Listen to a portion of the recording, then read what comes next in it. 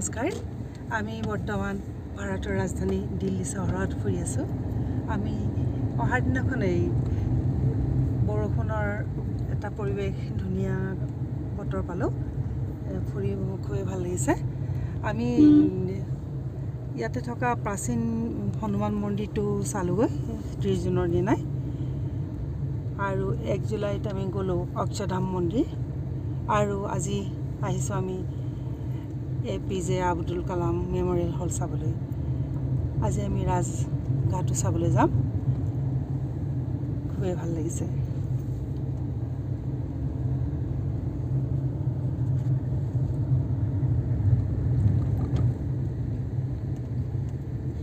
আমি গৈ আছোঁ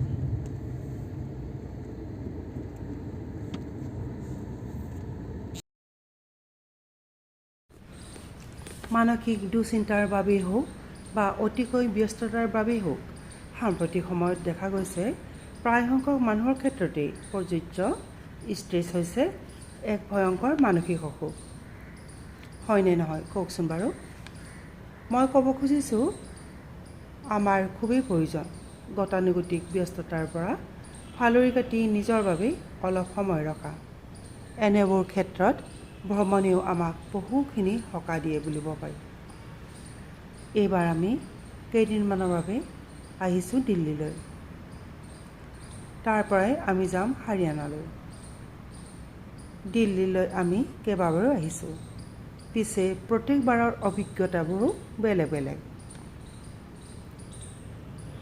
গৰমৰ কাৰণে জুন জুলাইৰ সময়বোৰ ফুৰিবৰ বাবে বৰ এটা সুবিধাজনক নহয় কিন্তু আমাৰ কপাল এক প্ৰকাৰ ভালেই বুলিব পাৰি 30 জুনৰ পৰা চিপচিপিয়াকৈ বৰষুণ দিয়াৰ বাবে খুব এটা গৰম নাপালোঁ ভ্ৰমণৰ মাধ্যমেৰে বিভিন্ন ঠাইৰ সামাজিক পৰিৱেশ জীৱন প্ৰণালী চিন্তা চৰ্চা ভাষা সংস্কৃতিৰ সম্পৰ্কে অৱগত হ'ব পৰাটো প্ৰকৃতাৰ্থত পৰম সাৰ্থকতা বুলিব পাৰি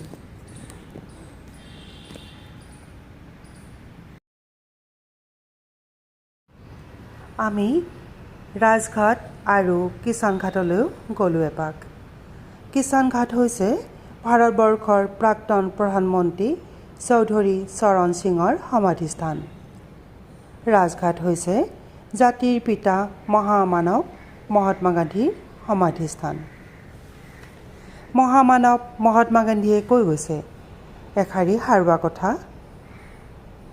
মানুহৰ সেৱাৰ মাজেদি মই ঈশ্বৰক লগ পাবলৈ বিচাৰোঁ কাৰণ ঈশ্বৰ স্বৰ্গতো নাই পাতালতো নাই আছে মাথো আমাৰ প্ৰত্যেকৰে অন্তৰত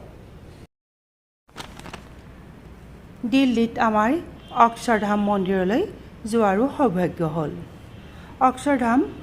অকচৰ শব্দৰ অৰ্থ হৈছে ইটাৰনেল অৰ্থাৎ শেষ নোহোৱা ভৰপূৰ হৈ থকা ধাম শব্দৰ অৰ্থ হৈছে য'ত ভগৱান থাকে ইয়াত পোৱা যায় আধ্যাত্মিক প্ৰশান্তি পবিত্ৰতাৰে ভৰণ হৈ পৰে মন প্ৰাণ যমুনা নদীৰ পাৰত অৱস্থিত নৈদা বৰ্ডাৰৰ ওচৰত থকা প্ৰায় 100 একৰ এই চৌহদৰ মিউজিয়ামত প্ৰায় 10,000 বছৰৰ পৰা বৰ্তমানলৈকে ভাৰতীয় হিন্দু ধৰ্মীয় কালচাৰৰ বিষয়ে জানিব পাৰি মহান পৰমাত্মা মহান গুৰু ভগৱান স্বামী নাৰায়ণৰ বিষয়েও বিশাল ৰূপালী পৰ্দা আৰু গল্পকথনৰ যোগেদি মহান গুৰুগৰাকীৰ পাণ্ডিত্য আধ্যাত্মিক তত্ত্বৰ বিষয়ে জানিব পাৰি শ্ৰদ্ধাত হৃদয় দুখাই পৰে অকচৰধাম মন্দিৰ ভগৱান স্বামী নাৰায়ণৰ স্মৃতিতেই বনোৱা হয় মহান প্ৰভুগৰাকীৰ জন্ম 1781 চনত আৰু মৃত্যু হয় 1830 চনত তেওঁৰ জ্ঞান পাণ্ডিত্য আৰু ধৰ্মীয় আনুগত্যত শৰণাপন্ন হৈ তেওঁৰে কৃপাত পৰমুখ স্বামী মহাৰাজে তেখেতৰ গুৰু যোগী মহাৰাজৰ ইচ্ছাতেই বিশাল চৌহদৰ আকৰ্ষণীয় কাৰুকাৰ্যৰ এই মন্দিৰটো মাত্ৰ 5 বছৰতেই সাজি উলিয়াইছিল সুন্দৰ ফুলনি বাগিচাৰে আবৃত এই মন্দিৰৰ শুভাৰম্ভ হয় 2000 বৰ্ষৰ 8 নৱেম্বৰত আৰু সম্পূৰ্ণ হয় 2005 বৰ্ষৰ 6 নৱেম্বৰত। The 10 gates representing the 10 directions symbolizing freedom of thought in Sanatan Dharma. The welcome pathway from the 10 gates gradually leads the visitors into a cultural oasis.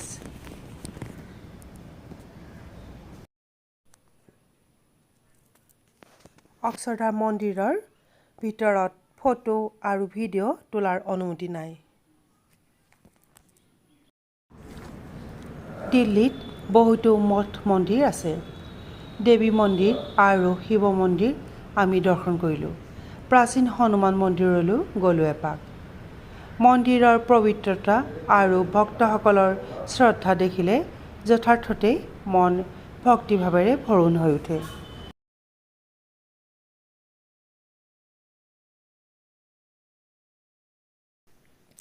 প্ৰাচীন হনুমান মন্দিৰত বহুতো বান্দৰ আছে।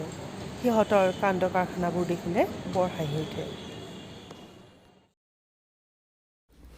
আমি পালোহি দিল্লী হাটৰ কালাম মেমৰিয়েল হল। মহান বৈজ্ঞানিক APJ আব্দুল কালাম আছিল ভাৰতবৰ্ষৰ একাদশ ৰাষ্ট্ৰপতি। বীৰ সাবৰকাৰ এৱাৰ্ড, ভাৰত ৰত্ন, পদ্মভূষণকে মুখ্য কৰি বহু সন্মানৰ গৰাকী APJ আব্দুল কালাম 2002 পৰা 2007 বৰ্ষলৈকে ভাৰতবৰ্ষৰ ৰাষ্ট্ৰপতি পদত অধিষ্ঠিত হৈ আছিল।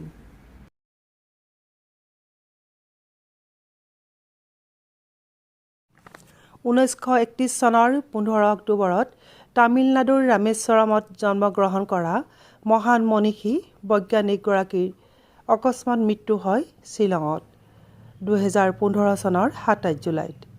তেওঁৰ সম্পূৰ্ণ নাম আছিল আবুল পাকিৰ জৈনুল আবদিন আব্দুল কালাম। তেওঁ অধ্যয়ন কৰিছিল মহাকাশ প্ৰযুক্তি আৰু পদাৰ্থ বিজ্ঞানত।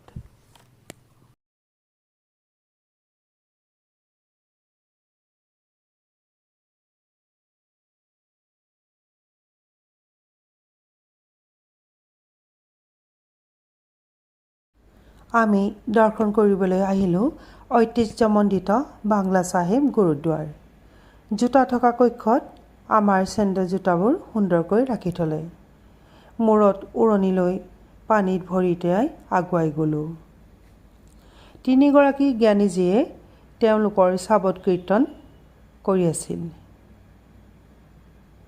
গুৰুদ্বাৰৰ চৌহদত থকা পুখুৰীত ৰং বিৰঙৰ মাছবোৰে খেলা কৰি আছিল। পুখুৰীৰ পবিত্ৰ পানী মূৰত ল'লোঁ। শান্ত পৰিৱেশত চাবত কীৰ্তন শুনি যথাৰ্থতেই মন প্ৰাণ হাত পৰি যায়। Bangla Sahib is one of the most prominent Sikh Gurudwara in Delhi. It is known for its association with the 8th Sikh Guru, Guru Har Krishnan. The holy pond inside the Gurudwara complex known as the Sarvar. গুৰুদ্বাৰৰ ভিতৰতো photo আৰু video' তোলাৰ অনুমতি নাই।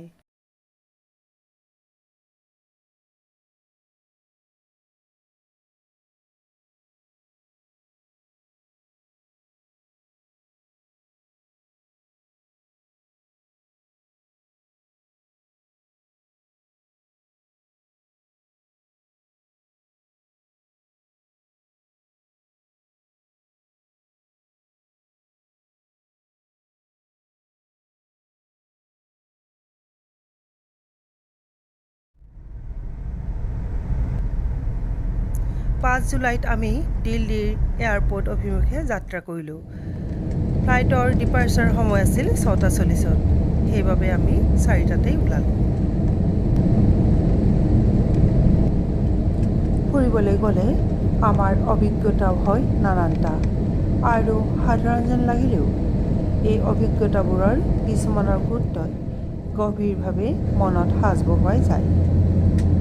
বুকুত লৈ আহিলোঁ নজহা নপমা বহু মিঠা সোঁৱৰণি, যি হৃদয়ৰ মণিকোঠাত চিৰদিনৰ বাবে চিৰসেউজ হৈ ৰ'ব।